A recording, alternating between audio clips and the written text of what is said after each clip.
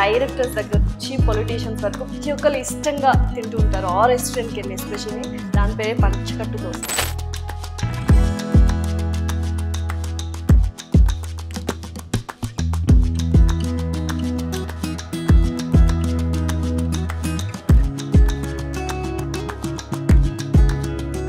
Business పెట్టాలి అన్న ఒక ఆలోచన ఇట్స్ అ గ్రేట్ థాట్ యాక్చువల్గా చెప్పాలంటే. సో ఎలా దాన్ని బ్యాలెన్స్ చేశారు ఇంట్లో కానీ బయట కానీ ఫైనాన్షియల్ థింగ్స్ కానీ? ఇనీషియల్ సక్సెస్ గ్రాండ్గా ఉందనంటే మనిషి ఫెయిల్యూర్కి చాలా దారి తీస్తుందని నేను అనుకుంటాను.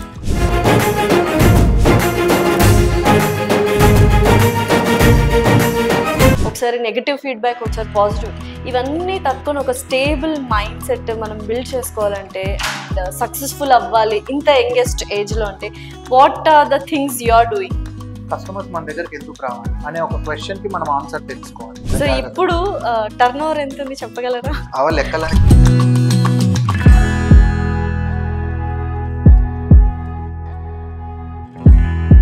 Hi hello welcome to our channel.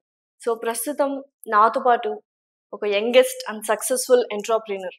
Hyderabad అనగానే ఏం గుర్తొస్తుంది? ఫుడ్. అందులోనూ super delicious and tasty food గుర్తొస్తుంది.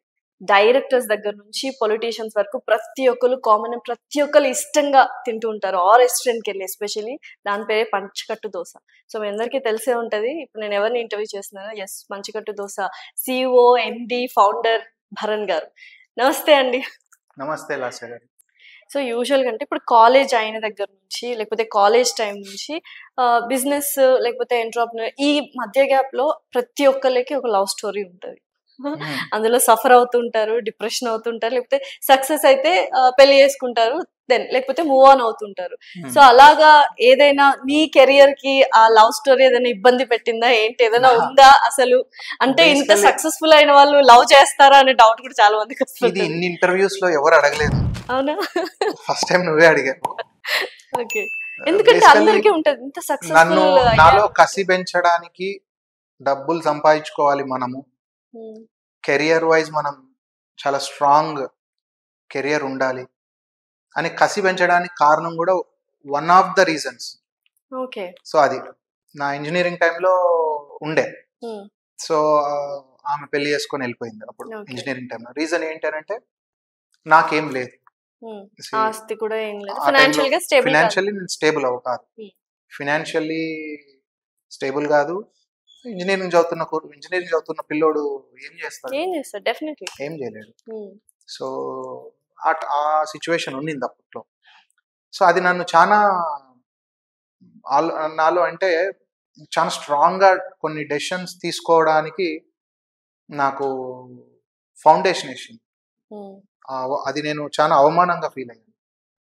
అంటే నాలో నేను చాలా సఫర్ అయ్యాను, మెంటల్గా చాలా బాధపడ్డాను. అట్ ద సేమ్ టైం దాన్ని నేను పాజిటివ్ ఎనర్జీగా కన్వర్ట్ చేసుకున్నాను.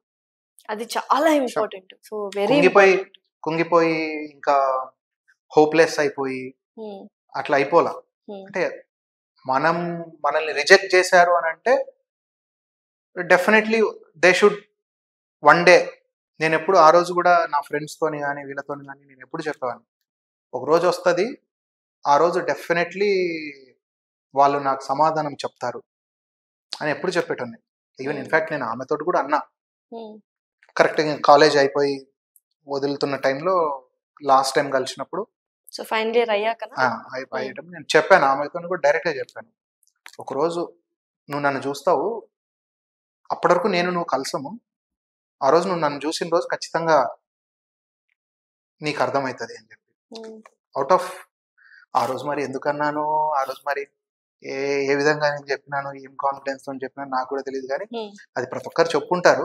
ఏదో నేను కొత్తగా చెప్పడం కాదు, కానీ ఆ బాధలో ఆ ఎమోషనల్ మూమెంట్ లో చెప్పుంటారు, కానీ బట్ నేను దాన్ని చాలా సీరియస్ గా తీసుకున్నా.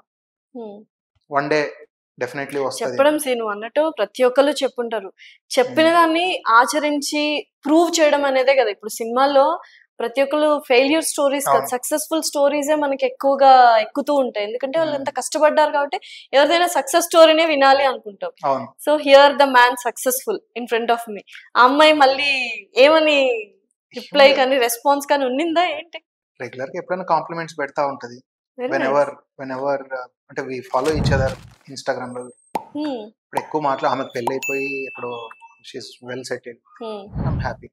కాకపోతే ఎప్పుడైనా నా వీడియోస్కి కానీ లేదంటే ఏదైనా పంచకట్టు గురించి ఎవరైనా చెప్పడం కానీ, ఎవరైనా ఏదైనా డిస్కషన్ అయినప్పుడు కానీ, సో కాంప్లిమెంట్స్ మెసేజ్ చేస్తూ ఉంటారు. So it's nice, very good, you are doing good అని. ఓకే ఫైన్, థ్యాంక్ యూ, అంతేనా? అంతకుమించి ఏమంటాం. సో యూజువల్గా అంటే ఫర్ ఎగ్జాంపుల్ ఒక పర్సన్ ఫోకస్డ్గా ఉండాలి అని మనం అనుకున్న జర్నీ రీచ్ అవ్వాలి, మనం అనుకున్న టార్గెట్ రీచ్ అవ్వాలి అంటే ఇటువంటి చాలా డిస్టర్బెన్సెస్ వస్తూ ఉంటాయి. సో ఇది వన్ ఆఫ్ దట్.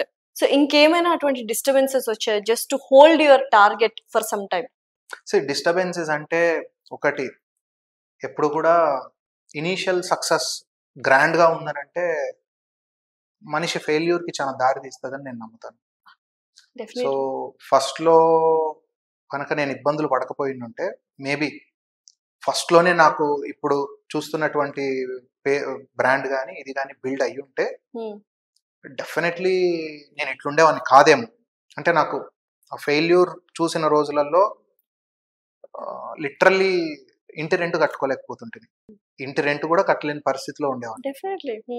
సో అట్లాంటి స్టేజ్లో చూసినప్పుడు అంటే దిస్ ఈస్ వెరీ పర్మనెంట్ కాదు, టెంపరీ అనేటువంటి మైండ్ సెట్ తోటి ఉన్నప్పుడు మనం జాగ్రత్తగా ఉంటాం, ఎవ్రీ డే జాగ్రత్తగానే వెళ్తూ ఉంటాం. సో ఇనీషియల్ సక్సెస్ కాకోకుండా బాగా ఇబ్బందులు పడి నలిగి ఆ ఇబ్బందుల్లో నుంచి మళ్ళా రైజ్ అయ్యి మళ్ళీ పడి మళ్ళీ రైజ్ అయ్యి మళ్ళీ పడి మళ్ళీ రైజ్ అయ్యాను 3 సార్లు నేను డీప్ ఇట్లా ఆల్మోస్ట్ కొన్ని ఇంకా సెకండ్ కోవిడ్ టైంలో అయితే ఇంకా గివప్ కొట్టే పరిస్థితిలో ఉన్నా. యూజువల్గా బిజినెస్ లో ఒక్కసారి పడితేనే కోలుకోవడం అనేది ఇంపాసిబుల్ టాస్క్. వెళ్ళి ఉద్యోగం చేసుకున్నా 3 times అంటే it's not an easy task. ప్రతిసారి చెప్తున్నా కదా, ప్రతిసారి దెబ్బతిన్న టైంలో మనం బ్రాండ్ సక్సెస్ అయింది, జస్ట్ దట్ పేషెన్స్. కోవిడ్ టైంలో ఆల్మోస్ట్ ఇంకా నేను డిప్రెషన్లోకి వెళ్ళిపోయి తట్టుకోలేక నిద్ర పట్టక లైక్ అదొక ఇంకా చాలా ఘోరమైన టైం సిచ్యువేషన్. ఎవరితో షేర్ చేసుకునేవాడు? నా చెల్లెలు, my sister is my whole strength. So నా చెల్లెలతోనే ఇంకా రోజు కూర్చోవడము, నా బాధ చూడలేక నా చెల్లెలు అంటే ఇంకా మా ఇద్దరికి మా ఫాదర్ కూడా 2019లో చనిపోయినాడు. సో ఇంకా నేను మా చెల్లెలే ఉండేది. సో కాబట్టి ఎవ్రీథింగ్ నా చెల్లెలతో షేర్ చేసుకునేటోని. సో దాంతో కోవిడ్ తర్వాత మా అన్న అంటే మా కజిన్ చంద్రమోహన్ అని చెప్పి ఆయన కంపెనీలో జాయిన్ కావడం, ఆయన సౌదీలో ఉండారు. సో ఆయన బ్యాక్ రాగానే నా స్ట్రగుల్స్ ఇదంతా చూసి నేను ఆయన అడిగాను, రాన్న మనం నాకు హెల్ప్ అవుతుంది, మనం ఇంకా మంచిగా చేద్దామని. సో ఆయన బ్యాక్ బోన్ ఆఫ్ ద పంచకట్టు, మొత్తం బ్యాక్ ఎండ్ అంతా అకౌంట్స్ కానీ ఎవ్రీథింగ్. పేరు చంద్రమోహన్ గారు. సో అంటే ఎంటైర్ నా ఫ్యామిలీ సపోర్ట్ ఇప్పుడు బాగా. ఇప్పుడు మా వదిన చంద్రమోహన్ అన్న వైఫ్, ఆమె కూడా మొత్తము ఇన్వెంటరీస్ అంతా ఆమె చూసుకుంటది. నా చెల్లెలు హస్బెండ్ మహేష్. సో రీసెంట్ గా పెళ్లి చేశారు. అవును, లాస్ట్ ఇయర్ మార్చ్ లో పెళ్లి అయింది, లవ్ మ్యారేజ్ కూడా వాళ్ళది. సో ఆయన కూడా మహేష్, ఆయన కూడా వెరీ చాలా టాలెంటెడ్, చాలా థింగ్స్ లో నాకు చాలా హెల్ప్ అయినాడు. ఆయన ఐడియాస్ కానీ. మా వదిన ఆమె అసలు చాలా పర్టిక్యులర్ ఉంటారు. సో ఆమె ఇన్వెంటరీస్ అన్ని ఆమె చూసుకుంటారు. సో కిందకి లాగే వాళ్ళు ఎంత మంది ఉన్నా మన వాళ్ళని ఆ నలుగురు కంపల్సరీ ఉంటారు ప్రతి ఒక్కరికి. So these are the people అన్నమాట, స్ట్రెంగ్త్స్ నీకు. అవును. సో అందరూ కూడా ఇన్వాల్వ్ అయి ఉంటారు. నేను ఎంతటి ప్యాషన్ తోని ఉంటానో వాళ్ళు కూడా అంత ప్యాషన్ తోనే వర్క్ లో ఇన్వాల్వ్ అవుతారు. సో ఎవ్రీబడి, సో అందుకే ఇంకా బాగా గ్రో అవ్వగలుగుతున్నాం. సో ఇప్పుడు భరణ్ టార్గెట్ ఏంటి, గోల్ ఏంటి అంటే? టార్గెట్ అంత టార్గెట్స్ అవన్నీ ఏం అంత పెద్ద మాటలు నేను మాట్లాడాను కానీ అంతేనా, 1 at a time. సో ఒక్కొక్కటే చేసుకుంటూ వెళ్తా ఉన్నాం. సో 3 branches, ఇప్పుడు 4 branches ఉన్నాయి. నెక్స్ట్ ఇంకొక బ్రాంచ్ ప్లాన్ చేస్తాము. నెక్స్ట్ ఆ బ్రాంచ్ ప్లాన్ చేసేట ఆ బ్రాంచ్ మళ్ళీ సక్సెస్ అయి బాగా స్మూత్ అయిన తర్వాత ఇంకొక బ్రాంచ్. సో ఓన్లీ హైదరాబాద్ లోనే అనుకుంటున్నారా, లేకపోతే మళ్ళీ రాయలసీమకి తీసుకెళ్ళాలి మన టేస్ట్ అనుకుంటున్నారా, లేకపోతే ఆల్రెడీ అక్కడ ఉంది వద్దు అనుకుంటున్నారా? రాయలసీమలో మనం కొత్తగా ఇంట్రడ్యూస్ చేసేది ఏముంది? అంతేనా? అక్కడ మనం ఇప్పుడు అక్కడ నుంచే మనం వచ్చినాం కదా, మళ్ళీ మనం అక్కడ చేసేది ఏం లేదు. సో ఇక్కడ నీడ్ ఉంది, సిటీస్లో, మెట్రో సిటీస్లో నీడ్ ఉంది. సో అక్కడ మనము ఇది చేస్తాం. సో హైదరాబాద్ కాకుండా ఇంకే మెట్రో సిటీస్ లో చేయాలి, వెళ్ళాలి అన్న ప్లాన్ ఉందా? ఇప్పటికైతే ఆల్వేస్ థింక్ బిగ్. చాలా మంది ఎంటర్‌ప్రెన్యూర్స్ సక్సెస్ఫుల్ అయిన వాళ్ళు they will think big, they dream big అంటారు. నేను అనేది ఏంటంటే, ఎవరికైనా డ్రీమ్, ఆస్పిరేషన్స్ ఇవన్నీ ఉంటాయి. కానీ నేను ఎప్పుడు కూడా వన్ అట్ ఏ టైం. ఎందుకంటే ఐ నో ఎట్లాంటి ప్రాబ్లమ్స్ ఉంటాయి. కరెక్ట్. సో రియాలిటీకి దగ్గరగా ఎందుకంటే టేస్ట్ మెయింటైన్ చేస్తూ ముందుకు పోవడం అనేది చాలా చాలా ఇంపార్టెంట్. ఒక 100 అవుట్లెట్లు ఉన్నాయనే దానికన్నా కూడా బ్రహ్మాండంగా మంచి టేస్ట్ తో 10 అవుట్లెట్లు నడుపుతున్నారు అనేది it's very very important for me. Quality is very much important to you than quantity. ఎందుకంటే it's not something only food ఒక్కటి కాదు. ఇది పంచకట్టు దోశ అనేది ఏదో ఒక దోశలు లేదంటే ఒక టిఫిన్స్ పెడుతున్నటువంటి బ్రాండ్ కాదు. పంచకట్టు దోశ ఇస్ ఒక రాయలసీమ ప్రాంతం యొక్క అస్తిత్వాన్ని తెలిపే బ్రాండ్. ప్రైడ్. సో ఇప్పుడు పంచకట్టు దోశ ఏదన్నా ఎఫెక్ట్ అయ్యిందని అంటే ఇది నా ఒక్కటిది కాదు, చాలా మంది రాయలసీమ ప్రాంతం జనాలు కూడా ఈ బ్రాండ్ తోని ఆ కనెక్షన్ ఉన్నారు. సో వాళ్ళందరూ కూడా చాలా ఇదిగా ఫీల్ అవుతారు, వాళ్ళందరికీ కూడా ఇది ఒక ఇది. సో అందుకే నేను చాలా జాగ్రత్తగా ఉంటాను. చాలా సెంటిమెంటల్ థింగ్ ఉంది దీని వెనకాల. సో లైఫ్ లో జాగ్రత్తగా ఉండడం అలవాటు అయిపోయింది. సో ఇప్పుడు టర్న్ ఓవర్ ఎంత ఉంది చెప్పగలరా? లెక్కలని చెప్పకూడదు, చెప్పలేను కానీ ప్రాఫిట్, టర్న్ ఓవర్, ప్రాఫిట్ అవన్నీ నేను చెప్పలేను కానీ వీఆర్ డూయింగ్ గుడ్. ఓకే. దేవుని దయతోని నేను సాయిబాబా బాగా చేస్తాను. సో లైఫ్ లో ఇంకా ఆల్మోస్ట్ సెటిల్ అయిపోయినట్టునే కెరియర్ వైజ్. సెటిల్ ఏముంది, సెటిల్ 50,000 1,00,000 రూపాయలు సంపాదిస్తే సెటిలే కదా. సెటిల్ అనేది నాకు ఎప్పుడు పెద్ద ప్రాబ్లం కాదు. అసలు అనుకుంటారా సెటిల్ అయిపోయాము అన్న థాట్ ఎప్పుడైనా వచ్చిందా భరణ్? నేను అదే చెప్తున్నా కదా, ఇఫ్ మనీ, డబ్బులు ఎర్న్ చేయడమే సెటిల్ అని అనుకుంటే నేను 17 ఏళ్ల నుంచి నేను ఎర్న్ చేసుకుంటున్నా. What is settlement in your? For me settlement అనేది ఏం లేదు. Every day it's a process అంతే. నీకు ఓపిక ఉన్నంత వరకు నువ్వు చేసుకుంటావు. ఏమో ఎప్పుడు పోతామో ఎప్పుడు ఉంటామో తెలియదు కదా. ఇప్పుడు సడన్ గా ఏమైతుందో రేపు ఏమైతుందో తెలియదు. సో ఈ రోజు కథ ఈ రోజు మాట్లాడుకుందాం, ఇప్పుడు కథ ఇప్పుడు మాట్లాడుకుందాం. సెటిల్మెంట్ అనేది ఏమి ఉండదు. 70 ఏళ్ళ వరకు పనిచేసే వాళ్ళు ఉన్నారు. కొన్ని ఫ్యూచర్ ప్లాన్ ఏంటి అని అడగొచ్చు. ఫ్యూచర్ ప్లాన్ ఏంటి అని అంటే నాకు very simple, one at a time outlets పెంచుకుంటూ పోవాలి. మనం ఎంతైతే ఆ టేస్ట్, క్వాలిటీ మెయింటైన్ చేసుకుంటూ చేయగలుగుతాం అంత తీసుకెళ్ళాలి. సో ఎవ్రీ టైం ఒక కొత్త థింగ్ నేర్చుకుంటా ఉన్నాను, ఇంకా స్ట్రీమ్ లైన్ చేసుకుంటా ఉన్నాను. సో సెంట్రల్ కిచెన్ కానీ, సో కుకింగ్ SOPs కానీ, ఎవ్రీథింగ్ ఒక్కొక్కటి నేర్చుకుంటే it's a process. Every day is a new day. So ఇప్పుడు బడ్డింగ్ ఎంటర్‌ప్రెన్యూర్స్ కి, యంగెస్ట్ ఎంటర్‌ప్రెన్యూర్స్ కి నువ్వు ఎటువంటి సజెషన్స్ ఇవ్వాలనుకుంటున్నావు? బేసికల్లీ ఫియర్ ఆఫ్ ఫెయిల్యూర్ అనేది ఫస్ట్ మనల్ని ఆపుతుంది. ఫస్ట్ ఎప్పుడైనా కానీ ఒక బిజినెస్ అనుకున్నప్పుడు ఊరికే గాల్లో లెక్కలేసుకొని దిగడం మంచిది కాదు. సో ఫస్ట్ గ్రౌండ్ రియాలిటీ తెలుసుకోవాలి. మనం అనుకుంటున్న ఐడియా రియాలిటీకి ఎంత దగ్గరగా ఉంది, నీడ్ ఎంత ఉంది, అండ్ మనం పెడుతున్నటువంటి time, market need and time, ఈ రెండు కనుక మ్యాచ్ అయితే నీ సక్సెస్ చాలా ఎక్కువగా ఉంటుంది. అంటే మనము నీడ్ లేనప్పుడు నువ్వు ఎంత పెద్ద బ్యూటిఫుల్ ప్రోడక్ట్ తీసుకొచ్చినా సక్సెస్ అవ్వదు. నీడ్ ఉండాలి ఫస్ట్. మార్కెట్ నీడ్ అనేది ఇంపార్టెంట్. ఇప్పుడు మార్కెట్ నీడ్ లేదనుకో మనం ఏం చేసినా సక్సెస్ అవ్వదు. సో ఇప్పుడు మనం టైం, మార్కెట్లో ఆల్రెడీ సాచురేట్ అయిపోయిన బిజినెస్ లోకి సాచురేట్ అయిన టైంలో మనం వస్తే there is no use. So ఆ క్యాలిక్యులేషన్స్ అనేది చాలా ఇంపార్టెంట్. సో కరెక్ట్గా క్యాలిక్యులేట్ చేసుకోవాలి, కరెక్ట్గా రియాలిటీని తెలుసుకోవాలి. రియాలిటీని తెలుసుకొని ఫస్ట్ టెస్ట్ చేసుకోవాలి. టెస్ట్ చేసుకున్న తర్వాత మనకు ఆ కాన్ఫిడెన్స్ వస్తుంది. దాని తర్వాత మనం కన్సిస్టెంట్ ఎఫర్ట్ పెట్టాలి. And patience is a key. నువ్వు ఫస్ట్ రోజు సక్సెస్ అవ్వలేదు అని అంటే నీది ఫెయిల్యూర్ అయినట్టు కాదు. ఆ ప్రాసెస్ కొంచెం టైం పడుతుంది. ఒకరికి 1 month లో రావచ్చు, ఒకరికి 1 year పట్టచ్చు, ఒకరికి 5 years పట్టచ్చు. But when you are confident enough, నీ మార్కెట్ ఆ రకంగా రెజొనేట్ అవుతుంది నీ ఐడియాతోని అని అంటే definitely we should give a try. Time తీసుకోవాలి. ఓకే. ఆ పేషెన్స్ అనేది ఇంపార్టెంట్. సో ఫుడ్ బిజినెస్ లో మార్జిన్ ఎక్కువ ఉంది అని వింటూ ఉంటాం, అది మరి ఎంతవరకు కరెక్ట్? అదొక మిత్. అది ఊరికే ఎవరో తెలియని వాళ్ళనే సీరియస్లీ మాట. సీరియస్లీ మార్జిన్ అనేది సో ఫర్ ఎగ్జాంపుల్ ఒక దోశ నేను అదే మనం చెప్తున్నా. చేసుకోవాలి అనుకుంటే ఇట్ విల్ బి ఇప్పుడు అరౌండ్ ఎంత కాస్ట్ మార్జిన్ అనే దానికి చాలా క్రైటీరియాస్ ఉన్నాయి, చాలా మెజర్మెంట్స్ ఉన్నాయి. ఇప్పుడు నా ప్రొడక్షన్ కాస్ట్ 80 రూపాయలు ఉంది, నేను 90 రూపాయలకి అమ్ముతున్నా for example. So bare for example నా ప్రొడక్షన్ కాస్ట్ 100 రూపాయలు ఉంది, నేను 110 రూపాయలకి అమ్ముతున్నా. What is my margin? 10 rupees ఉంటుంది, 10%. నా ప్రొడక్షన్ కాస్ట్ 100 ఉంది, నేను 200కి అమ్ముతున్నా. What is my margin? 200 100%. అంటే నేను 100 రూపాయలు పెడితే 100 రూపాయలు వస్తుంది. సో మన మార్జిన్ అనేది అక్కడ ఉంటుంది. ప్రతి ఒక్కరిది ఒకటే మార్జిన్ ఉండదు కదా. Okay, food margin decided by themselves అంటారు అంతే. అంతే. ఇప్పుడు నాకు ఎంత మార్జిన్ కావాలి అనేది నేను చూస్ చేసుకోవాలి.